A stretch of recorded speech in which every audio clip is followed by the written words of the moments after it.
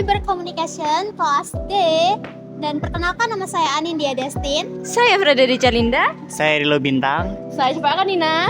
Dan di sini kami akan membahas materi tentang KBGO dan juga kaitannya di ranah cyber. Stay tune. Hai, kalian tahu nggak sih KBGO? Kekerasan berbasis gender online yang sering disingkat KBGO merupakan suatu bentuk kekerasan yang terjadi di dunia maya atau melalui media digital, di mana tindakan kekerasan tersebut didasarkan pada perbedaan gender atau orientasi seksual korban dan mencangkup berbagai bentuk perilaku seperti pelecehan seksual secara daring, ancaman yang bersifat intimidatif, penyebaran konten pribadi atau intim tanpa persetujuan korban, pemerasan dengan penggunaan materi digital, serta persetaan akun-akun pribadi yang bertujuan untuk merugikan korban.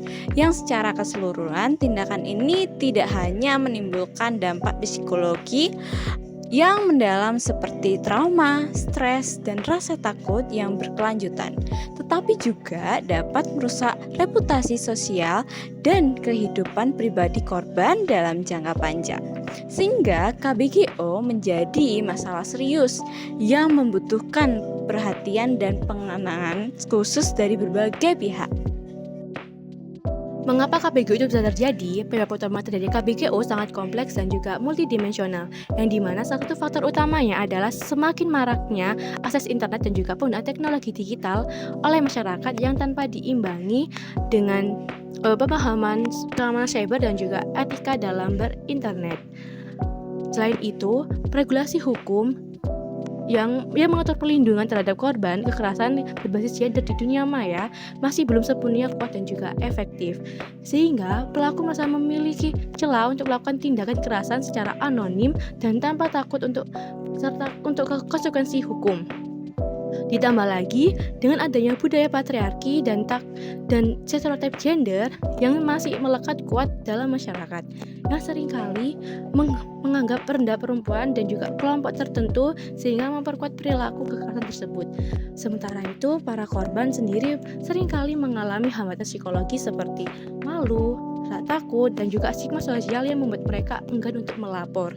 Dan akhirnya para korban itu akhirnya menciptakan lingkungan sendiri yang memungkinkan akan terjadinya KBGO, dan juga KBGO itu untuk terus berkembang dan juga sulit untuk diberantas. Nah, fenomena KBGO masih terus terjadi dan bahkan semakin meningkat di kalangan masyarakat karena berbagai faktor yang saling berkaitan. Antara lain, kurangnya literasi digital yang membuat banyak pengguna internet tidak mampu mengenali dan melindungi diri dari berbagai bentuk kekerasan daring. Dan minimnya kesadaran akan pentingnya menjaga data pribadi dan keamanan akun digital, serta proses hukum yang masih lambat dan terkadang tidak memberikan rasa keadilan bagi korban, serta adanya stigma negatif yang melekat pada korban seperti victim blaming atau menyalahkan korban atas kejadian yang menimpanya, yang pada akhirnya membuat korban merasa terisolasi, kurangnya kepercayaan diri, dan enggan melaporkan kasus yang dialaminya. Sehingga pelaku kekerasan merasa semakin leluasa untuk melakukan aksinya dan tanpa takut akan adanya tindakan hukum atau sanksi sosial yang berarti. Berbagai upaya telah dilakukan oleh berbagai pihak untuk menolak dan mengurangi kasus KBGO, mulai dari pemerintah yang mengeluarkan regulasi dan kebijakan untuk melindungi korban serta memperkuat penegakan hukum, organisasi masyarakat sipil dan komunitas yang aktif melakukan edukasi dan kampanye literasi digital guna meningkatkan kesadaran masyarakat tentang bahaya KBGO dan cara menghindarinya. Upaya lainnya adalah platform media sosial yang berusaha meningkatkan sistem pelaporan dan penghapusan konten negatif secara cepat dan juga efektif, hingga penyediaan layanan pengaduan dan pendampingan psikologis serta hukum bagi korban agar mereka mendapatkan perlindungan dan juga keadilan yang layak. Nah, semua upaya ini diharapkan dapat menciptakan lingkungan digital yang lebih aman dan mendorong korban untuk berani melapor serta memberikan efek jera bagi pelaku sehingga kekerasan berbasis gender online atau KBGO dapat diminimalisir bahkan dihilangkan di masa depan. Salah satu contoh nyata kasus KBGO yang ada di Indonesia adalah pada tahun 2020 beredar luas di media sosial dan juga platform chatting sebuah video intim berdurasi 19 detik yang diduga melibatkan seorang artis terkenal bernama Gisela Anastasia. Video ini tersebar secara cepat melalui Twitter, grup WhatsApp dan juga Telegram. Banyak akun tidak bertanggung jawab membagikan ulang video tersebut, memberikan komentar seksual, dan menjadikan Gisela sebagai bahan olok-olokan publik. Setelah melalui proses penyelidikan, polisi menyatakan bahwa Gisela adalah pihak dalam video tersebut. Ia mengakui bahwa video tersebut adalah rekaman pribadi yang dibuat 2 tahun sebelumnya bersama pasangannya saat itu dan menyatakan bahwa video itu bocor tanpa izinnya. Reaksi dari netizen sendiri cukup beragam ya teman-teman. Banyak netizen menyalahkan Gisela dan juga beberapa publik figur juga ikut menyudutkan Gisela atas moralitasnya tanpa mempertimbangkan bahwa penyebaran video tersebut adalah bentuk KBGO. Di sisi lain, beberapa aktivis dan juga netizen progresif membela Gisela, menekankan bahwa korban seharusnya tidak dipermalukan atas konten pribadi yang tersebar tanpa izin. Mereka mengedukasi publik soal pentingnya privasi digital dan juga consent. Lalu, solusi yang dapat diberikan adalah penegakan hukum tegas. Pelaku penyebar video akhirnya ditangkap dan dijerat dengan UU ITE dan UU Pornografi. Ini penting sebagai contoh bahwa penyebaran konten intim tanpa izin adalah tindak pidana. Lalu kita juga dapat memberikan pendidikan digital dan juga gender. Masyarakat perlu edukasi soal hak atas tubuh, privasi, dan persetujuan atau consent. Korban tidak boleh disalahkan atas kebocoran data pribadinya. Kaitan KBGO dengan Cyber Society and Culture. KBGO muncul dalam masyarakat digital di mana interaksi sosial berlangsung secara daring. Budaya digital yang belum matang dan rendahnya kesadaran gender membuat kekerasan mudah terjadi dan menyebar luas di dunia maya. Contoh, body shaming. Budaya digital yang menormalisasi komentar negatif memperkuat terjadinya KBGO di masyarakat. Ini anak jelek banget anjir. Coba lihat fotonya deh. Aku komen deh. Kurus banget, kurang gizi ya. Kaitan KBGO dengan cybercrime. KBGO termasuk kejahatan cyber, yaitu seperti peretasan, terus penyebaran konten intim, dan juga pemesanan daring. Yang dimana itu menuntut regulasi yang kuat dan juga kolaborasi antara pemerintah, platform digital, dan juga masyarakat untuk perlindungan korban dan penegakan hukum.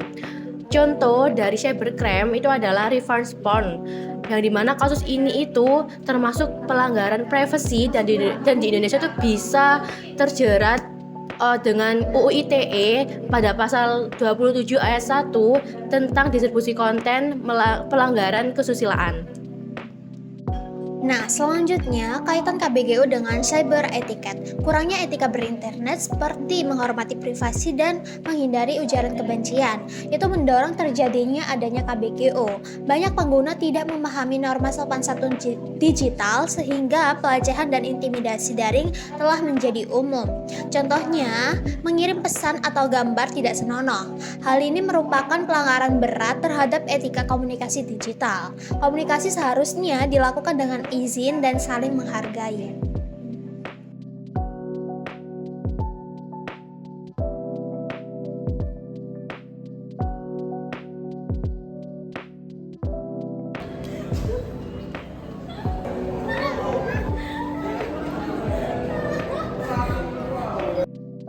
Dan yang terakhir adalah kaitan KBGO dengan anonimitas di ranah cyber. Anonimitas pelaku memudahkan mereka melakukan kekerasan gender tanpa takut dikenali. Hal ini memperbesar resiko cyber harassment dan menyulitkan proses hukum karena identitas pelaku mudah disembunyikan. Contoh umum dari anonimitas di ranah cyber dan juga KBGO adalah doxing. Yang dimana doxing ini tuh penyebaran informasi pribadi dari data seseorang tanpa perizinan mereka. Yang hal ini tuh sulit untuk melacak pelaku karena informasi datang dari identitas yang telah disamarkan.